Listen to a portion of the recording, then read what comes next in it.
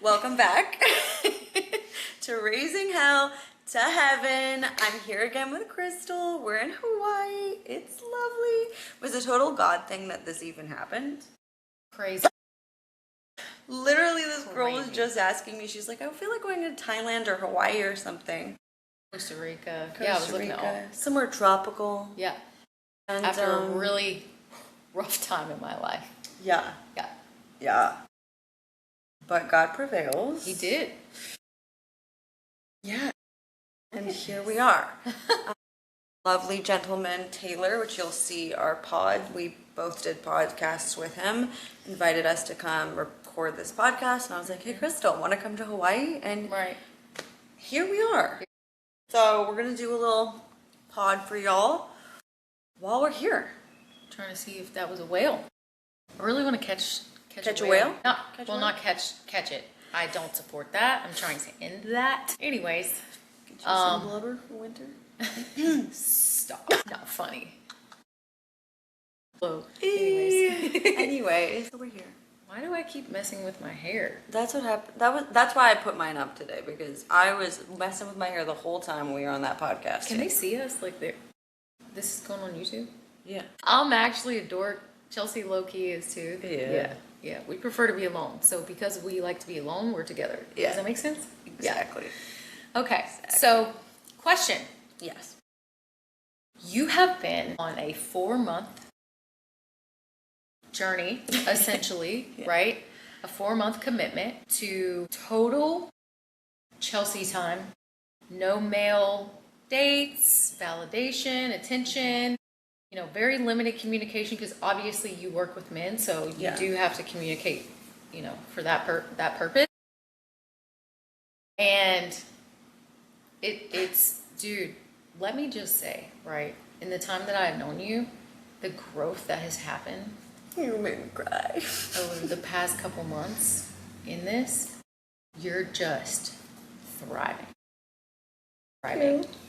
Bring that into whatever the 4 months looks like after that, right? So with that, I think that there's a very, very important thing here that people need to know, right? The men, obviously, that are looking for partnership and commitment and things like that. Mm-hmm. And then obviously the women too. So you've been doing like a little bit of a theme lately, right? A theme? A theme. So it's like point of view.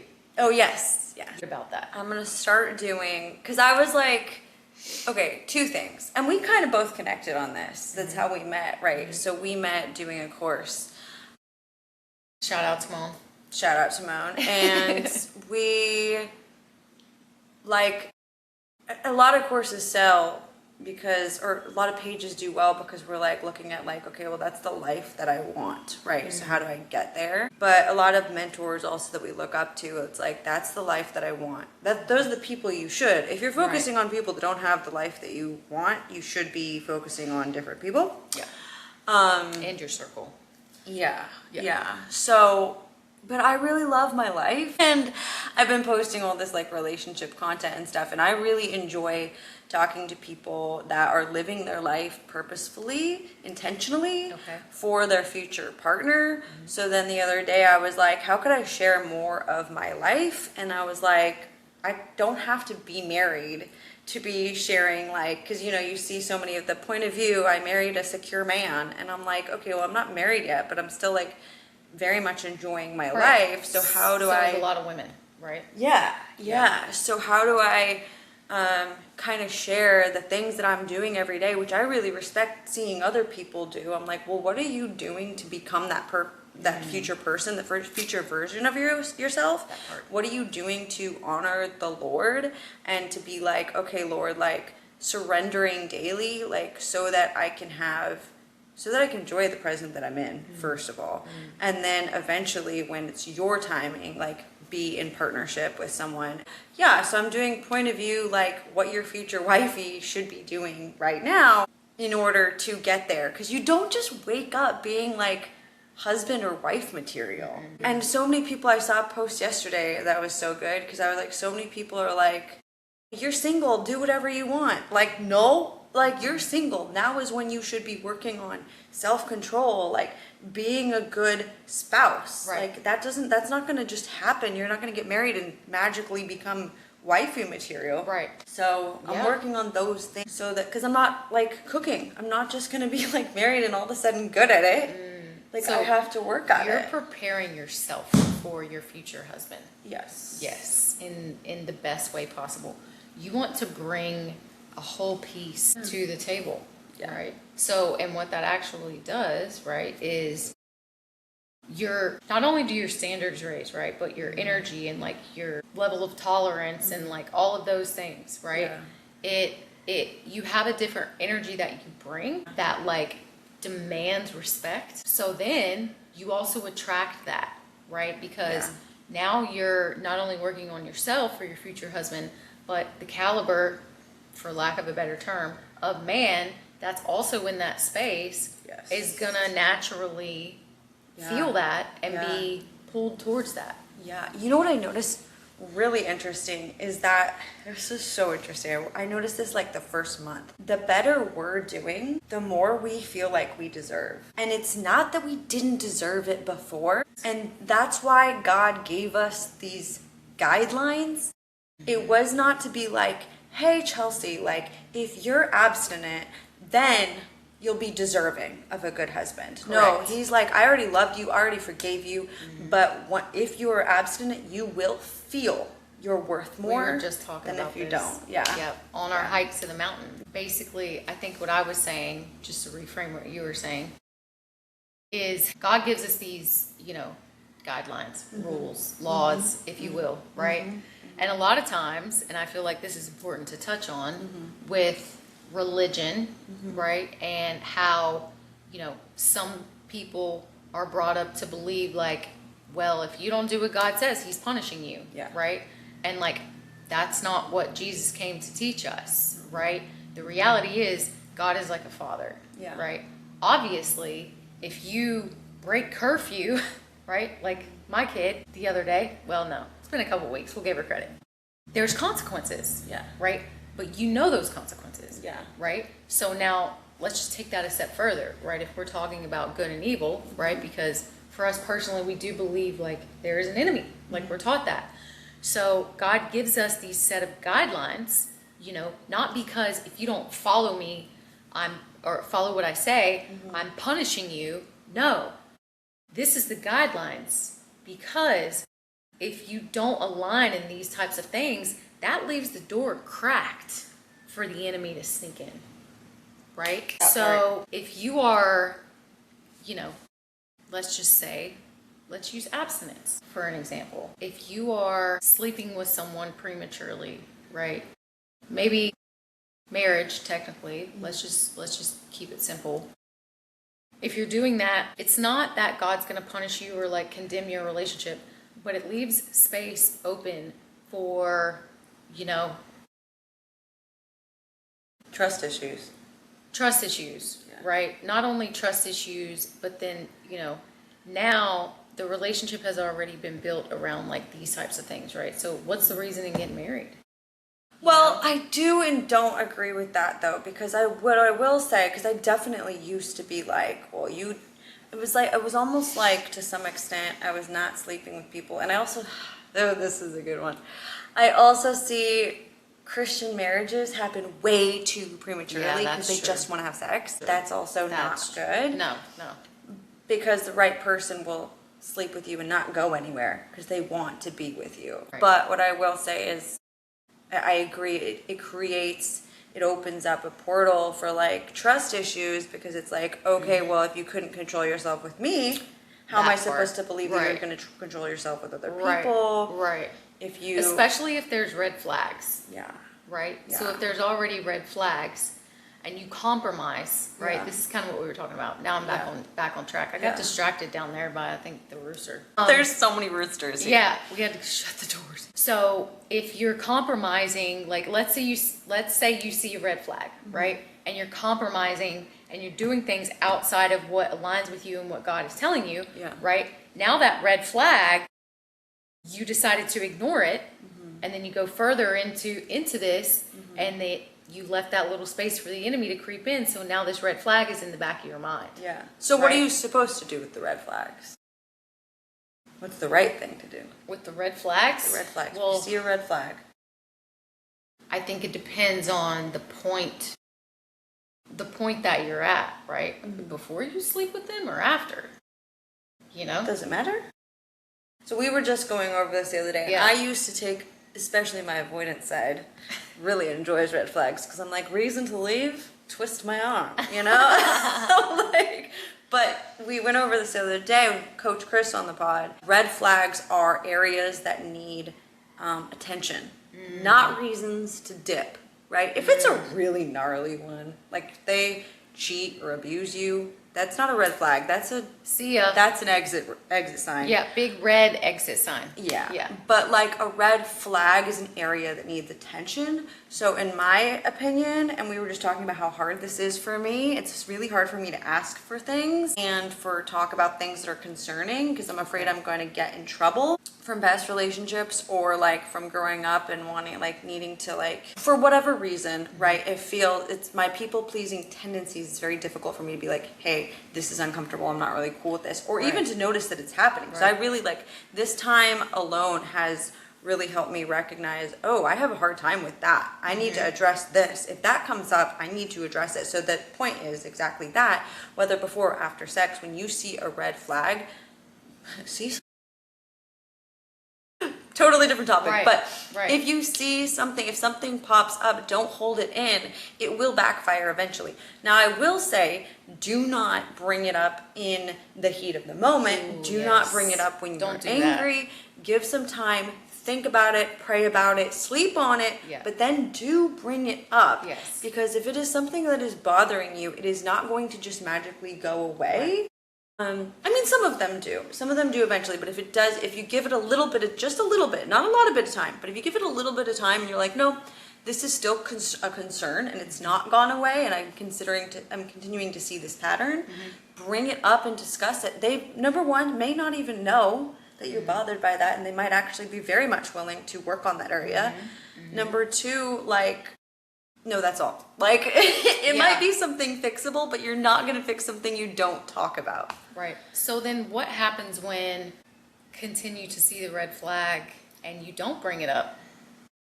When you don't bring it up, you're asking for the relationship to fail because you're going to start building resentment and they're not going to know. And so then you're going to get angry at them and it's going to come out in different ways. You're going to be passive aggressive. They're not going to know why. And then that's when cheating happens, actually. Like, Right. cheating usually happens for one of two reasons. One, they were always a cheater and the partner just refused to accept that and stayed with them even though they knew this is the cheating type. And number two, something came up and the person didn't have, or their needs weren't being met, and the person, the cheatee or the cheater, didn't express, hey, I'm lacking in this area. And so then eventually they just get more and more resentful and then they look for it elsewhere. And so that could never be fixed because the person didn't know that there was something lacking. So Right, you didn't give them the so- opportunity to fill that need. Right. So would it be safe to say that for you to not address something that is a red flag and continue to build a resentment, now you're technically creating a red flag? Absolutely. Yeah. Now you're both part of the problem. Yeah, and like then you play victim because you got cheated on, Yeah. which cheating is not. No. Usually then they're the ones that end up cheating. Oh, They're they're not the ones that, okay. Yeah, if I they see don't what you're express saying. their need and then they're mad that it's not being met, but the other person doesn't know that the need is even there, and then they go and cheat, well, it's not really you can't then blame the person and be like, well, you didn't fill my need. They didn't know what They it was. didn't know. I will say also, if you are, and I feel like I've had this happen not in romantic relationships, but in like friendships, if you keep expressing your need and they don't do anything about it, your obligation then is to leave. Right, and if you don't, you're a willing participant. Yeah. And so you don't then get to be like, well, I cheated or I went and hung out with other friends, because you weren't getting me what I need. Like, no, you need at that point to leave. If you have expressed your needs and they're not being met, you need to leave. That's not an excuse to cheat. Cheating is weak. Yeah. Those are my thoughts. great. Ain't you so knowledgeable? It's hard. Yeah, you're so good at this. I'm great when I'm coaching it. Being So- in it is a whole different bag. So let's talk about the 4 months. Okay. All right. Okay. So where are you at currently in your 4 months? I had to look at the date. I'm 2 days away from 50%. Okay, so almost 2 months. Yeah. Technically. Okay. Slowest 2 months of my life. What do you project is going to happen in the next 2 months? More growth. So much more growth. I'm Okay. kind of like, I'm excited to see because it feels like it's about to be over. But I also am like, wow, so much happened in 2 months. I can't even imagine what's going to happen in these next two. Right. Also, like January, February, March, April. Like, I'm not really going anywhere. I don't really have any plans. I'm really just diving into this new course that I'm building. So you're aligned with mission and purpose. Yeah. No I'm distraction. Yeah, but actually my biggest hurdle has actually been that I have replaced my male attention with work. And my therapist has very much called me out on my work obsession. I don't know how to, I'm still getting my dopamine from work. So this next half, did a terrible job with it this weekend, but we had our moments. We did, yeah. I'm trying to learn how to not work as much because I work too much and I think this transition, the reason I'm transitioning in business and doing my own course separate from my business partner, which we're still going to have our app together and our group calls, but it's because my time management has been really poor. So because she's in Africa, I work in the morning, I work all day, and then I have to work at night because in the morning and night is when she's awake. So I'm going to make new rules for myself and not work in the morning and not work at night. Like, it's really important for me to actually like turn off. So that's the goal. If it's not male attention and it's not work obsession, what are you going to do? Maybe I'll read a book. When's the last time you finished a whole book? Girl, don't ask me that. My sister would kill me. My sister's an author. I have started her book. What's it about? I need to finish it. It's actually so good. Yeah? So good. It's about this boy, and he's like in the she's gonna kill me. I'm gonna miss the whole thing. But he's in the 30s or 40s. She's just really good at character, and you really feel like you're there. Okay. This little boy and his story, and he's like, it goes back and forth in time. It's very interesting. Anyways, I need to actually finish my sister's book. Maybe I'll learn to stretch. That would be really cool. Same. My body is You tight. know, I would love to learn to do the splits. That's big on the list. Yeah. So what wanna about time blocking? You think you can manage that? I think it'll be a lot easier now that I don't have to answer things at night. I won't feel like everything's going to go wrong if I don't answer this message at nighttime. So I'm going to try to do slow mornings. I really love my slow mornings. My Bible time. I want to get to the beach more. I really, like when I first got back from Seattle, I would go to the beach at like 7 a.m. and like watch the sunrise and have my towel and my Bible, and it lasted like a week. Yeah. And there's no excuse because I live right across from the beach. Yeah. So I want to do that more, and I want to then work from like 9 to 5 like a normal person, and then at 5, stop, put it away, make dinner, actually like intentionally enjoy. I love cooking, like let myself have that time. I don't have to film it every time. And then what with your evenings? Well, I watch movies with my mom. You're going to be able to not post, not create, not work, none of that? I don't know that. And I think it'll be a back and forth, but I want to have some intentional evenings. Maybe not every evening, but I think that I also want to do I did it for a while. Anthony called me out on this. He was like, you were doing great, and then you stopped. I was like, no, I didn't. I'm still doing great. I was not doing great. I went all the way down from there. I had a bit of time where I was waking up every morning and scheduling all my posts and not looking at Instagram the rest of the day. Yeah. It was phenomenal. You had them scheduled. Yeah. So I'm not necessarily going to go all the way back to that, but I'll definitely go back to my evening posts be scheduled and not looking at it in the evening. I think that's a good. And I really want to take Sundays off. Technology. Everything. Every Sunday. Okay, so that's for the next 2 months. Hopefully. Right. Yeah. Now what about after? Okay, so after. Are you going to start dating? Oh, yes. So we're still figuring out what that is gonna look like. Not really. I'm very like, I had a couple days where I was really anxious about it, but now I feel pretty like confident about it, where it's like the more I remove myself from the emotional, I'm not emotionally in it anymore and looking from an outside like logical point of view. I'm like, okay, like this is what I tell my clients to do. This is what is healthy to do, is to go on dates and get to know people deeply. Right. Do our values align? Do Right. our futures align? Do our needs and wants align? Not with every area. You're never going to match up completely perfectly with everyone. Right. But do we have enough areas where we align? How many dates do you think it would take to kind of understand that? I have said 6. I don't know where I got that number from. I feel like, and I also think it's very important to not be like, it can't be 6 in a row in 1 week. Like 6 No. dates throughout like 6 weeks or 5 weeks, or like spread out so Right, you have right. time to like, because just when you rush in so fast, you're just, it's like an emotional So blast and much. you just jump in, and I have a tendency to do that, to just be like, cool, like we met Sunday, Wednesday we're getting married. Like Yeah. that's Yeah. how Yeah. my brain operates. So I'm going to really try not to do that. Okay. And really also be like involving, I don't want to involve too many people, but I definitely want to involve like my therapist. And then also once I decide who I'm going to date, the next time I decide to get in a relationship, marital counseling with the church is going to be a non-negotiable for me. And I've never done that. Have you done that? Marriage counseling? I guess not. Marriage counseling with the church. So you have a pastor basically be your therapist as a couple. I get that. I've never really. We won't go there. Anyways, yeah, one day for sure. So where are you at? What do you foresee the next 2 months looking like for The you? next 2 months, And then we'll go after that. magic. Okay, Magic. what are your goals? What are you focused on right now? I'm rebranding. I have finally come out of like a really, really tough time in my life, and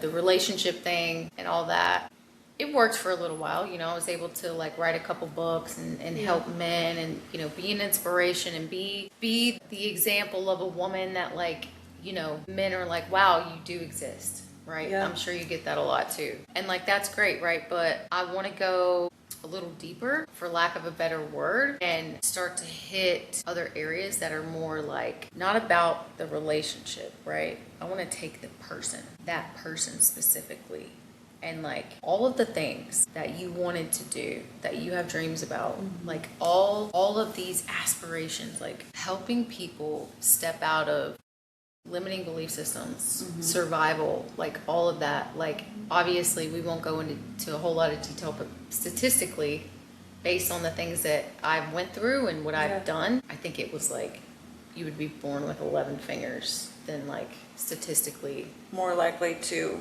be me. have been, yeah. Right. Yeah. Not as an ego boost, but it's a whole nother topic. However, I think there are a lot of people out there, that are wanting to like step into certain things, and they just like don't have a very clear direction. They have the vision, they just don't have the strategy. Yes, that. Right? And so I want to, as cliche as it sounds, people's dreams come true.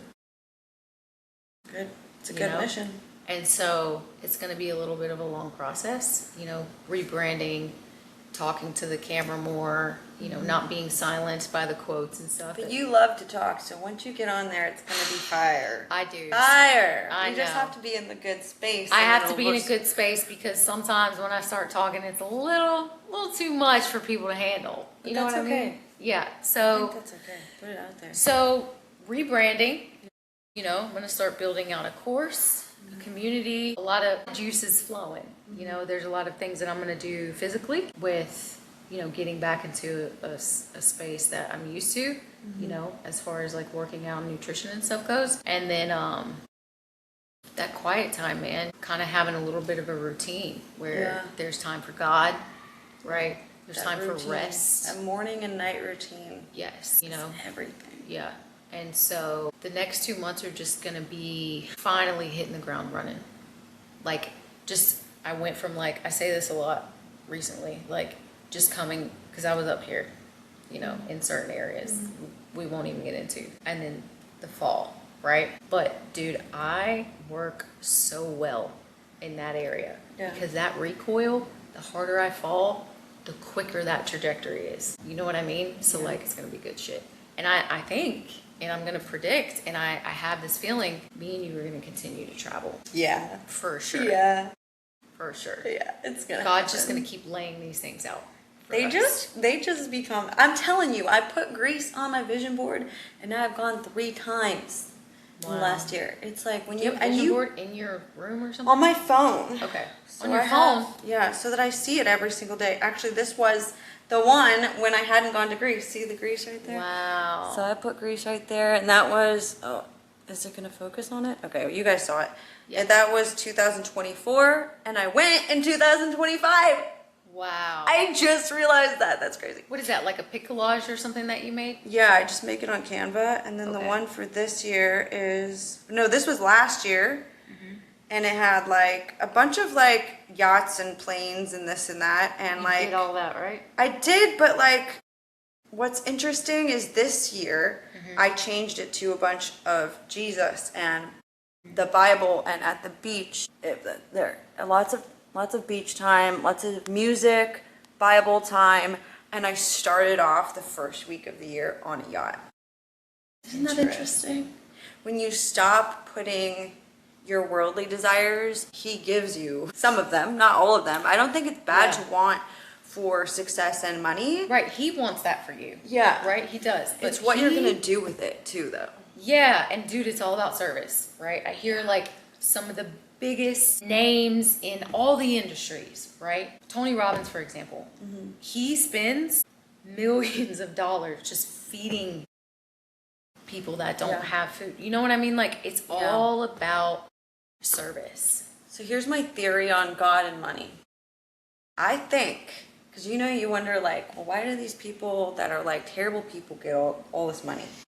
You really want to go down that rabbit hole with me? Hear me out. This is what I think. I think when you pray and you surrender your life to the Lord, he will not allow you. See, those people didn't make that prayer. So they're going to go ahead and get all the wealth.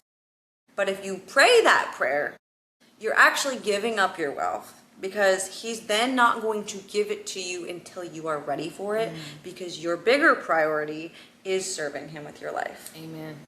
I actually do agree with that. We agree on something? And the enemy Yeah. is, what do they call him? The prince of the earth or Oh, something? yeah. So Yeah. like, this is the he- devil's realm. Yeah, for sure. So of course, I just spoke about this somewhere. Of course the devil is going to reward with earthly things. Money, property, power, all of that. He can do that. Just like when Jesus was in the wilderness for 40 said days, you could- right? That's so baffling to me. He said, all of this can be yours. It's like, it already is. Right? But it's because it's the devil's world. I think this is the devil's world. It's not just Hollywood. For sure. It's not just Vegas. It's the universe. Well, yes. Not the universe. The world. That's why I think it's so important for people to like really understand who Jesus is, too. Because like, Yeah. even though like the devil has like a little bit of reign, God still has the last word. Yeah. He really does. Yeah. You know what I mean? But Jesus is the ticket. Jesus is the ticket. He really is. The real Jesus. You know? And if you don't understand what that means, just do your homework, dude. Like, the best advice that I could give to people about like understanding God, Jesus, whatever the case may be, don't go based on what you were brought up and taught, what you heard, like all of these things. Go read it for yourself. The best thing I ever did was read the New Testament and understood exactly who he Yeah. was, because I grew up being certain things that I Yeah. was like, it doesn't say that. You know what I mean? Jesus is everything, dude. Yeah. Like, Yeah. he is the ultimate graceful rebel, if that makes sense. Yeah. You know? Yeah. And like, I think that a lot of people have it misunderstood. And I would love for people to really understand the grace and love that comes from that. Yeah, don't let the church skew your version or your vision of what Jesus is, because even Jesus knocked over tables in the church. Correct. And like you said, it was the religious people who killed him. So. And that's a wrap. Thanks for watching. And tune in to the next Raising Hell to Heaven. We love you. Love you. It's like perfect timing.